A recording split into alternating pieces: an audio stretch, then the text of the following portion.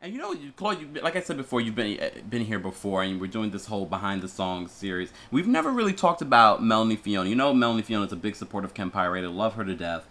And your single that you did for her on her first album, The Bridge, priceless. We've never talked about that. What's the story behind that song? How did that song come about, and how did it, get in the hands of Melanie Fiona? I wrote the song in New York. And I had met Melanie, but I had met her under a different name. I think at the time her name was Siren. Mm-hmm.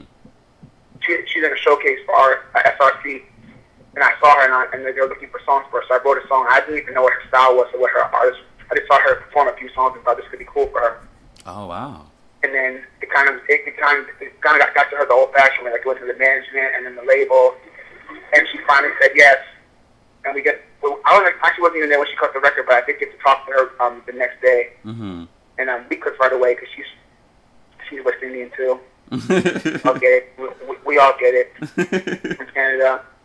And I work with a lot of awesome Canadian talent, and we kind of clicked right away. Mm-hmm. And I hadn't really known her, but when I heard her, I was like, oh yeah, you brought my record to life. I love you. You can really sing. Because, there's times when you work with artists and they don't do it justice. She more than did it justice. She killed it. So we became cool right away. And every time I see her now, it's all love. Any possibility of collaborating again?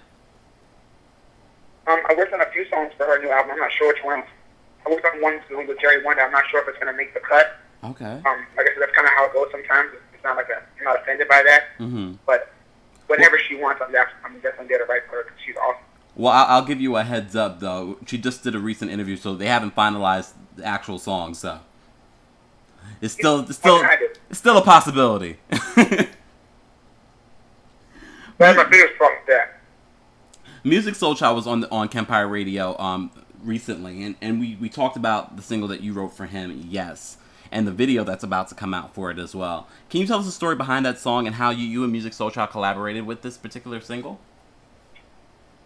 He's another one I had not met, but I've been a fan of for since the very beginning.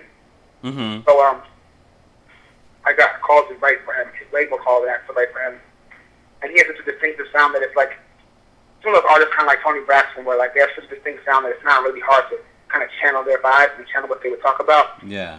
So I wrote the song Yes, and he heard it, he loved it, and then we met in the studio in New York, and I was there while he cut it. He was so cool and so kind of like gracious and laid back about the whole situation. And then like I said, he has a unique voice. He just killed it. He went in there, and he was done like an hour. He just got it right away and knew it. And that's the best situation for being a writer. You want the artist to take the song and make it so dope that it's as if you didn't even write it anymore. It's their song. That's what he did. Like, if you didn't do the research or I didn't tell you, no one really believed that he didn't write that song himself, or that wasn't one of his classic records from albums past. Yeah. You know what he compared it to? We spoke to him last night. He compared Yes to his single Don't Change. He said Yes is the, 2011 version of Don't Change. I love that. I love Don't Change. I love that song too. That's an honor, actually. Most definitely. Also, speaking of other artists that you've worked with, Grenade. A huge number one single in the Hot 100. Bruno Mars. Never heard of it. It was a huge single for you. I had no idea that you even collaborated with Bruno Mars for that record. How did that come about?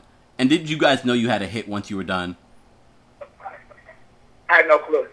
I wrote that song.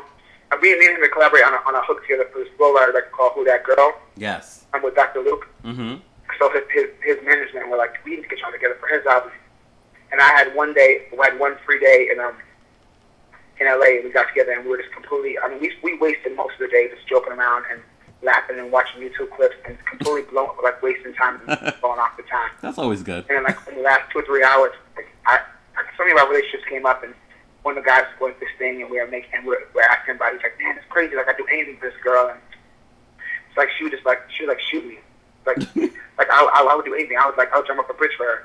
So we started, another joke, and we started going into, how I do, a lot of extreme things. Like, I would jump in front of a train, and I would punch myself in the face, and she wouldn't even care. Mm-hmm. We just started laughing about it and writing them all down, and then at the end, we're like, this is kind of a hot song. Mm-hmm. Let's narrow it down to the best 4 or 5 and make a record out of it. And that's kind of how it happened. Then I forgot about it. I went back to New York and forgot about it for like weeks.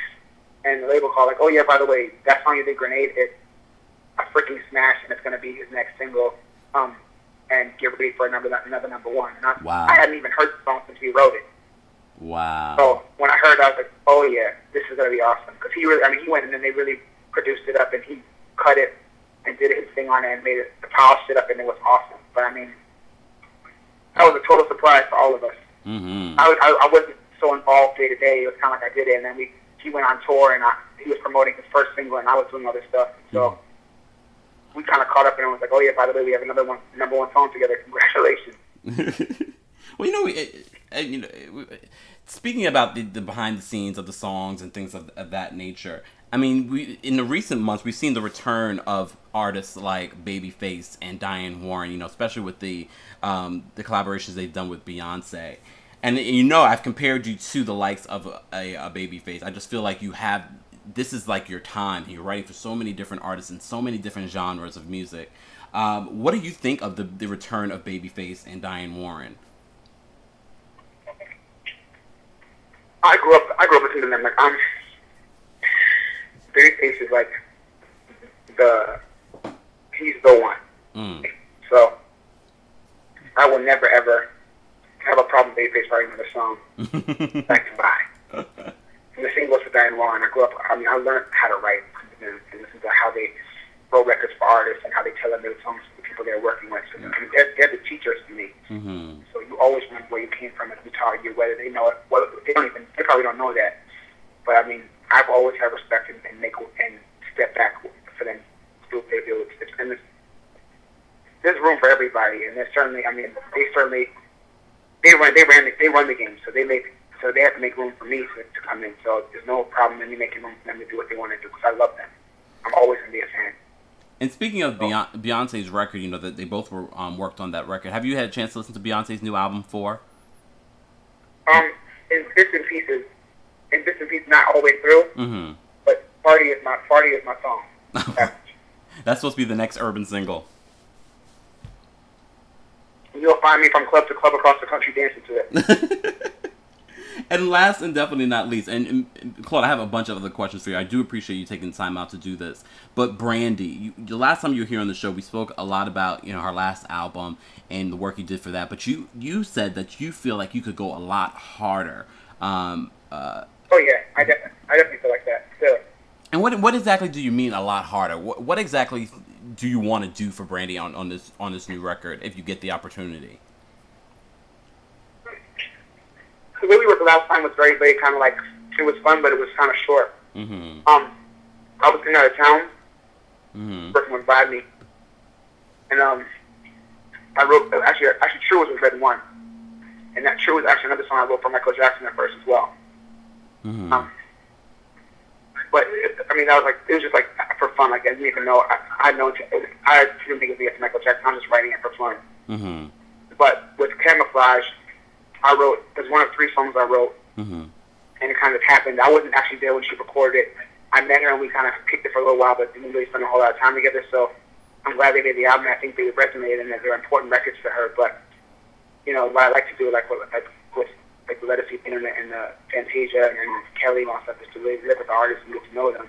Mm-hmm. I'm grateful those records made it and they fit, but I didn't really get to dig deep and pull out what I think I could pull out emotionally for her, because we didn't have that time. So that's really kind of what I mean. Like, I've learned a lot about myself as a writer since then, and how it works for me, and spending time with artists and figuring out what's going on in their mind and their emotions is what gets the best and most long-lasting records. So I love to spend like some weeks with her and experiment in the studio and write songs I think will, make her happy, make her cry, really, really tell her story in a way that hasn't been told before. Mm-hmm. Hopefully make stuff as good, if not better, than Camouflage and True, but that I know will be songs that will add to, like, because Britney has classics.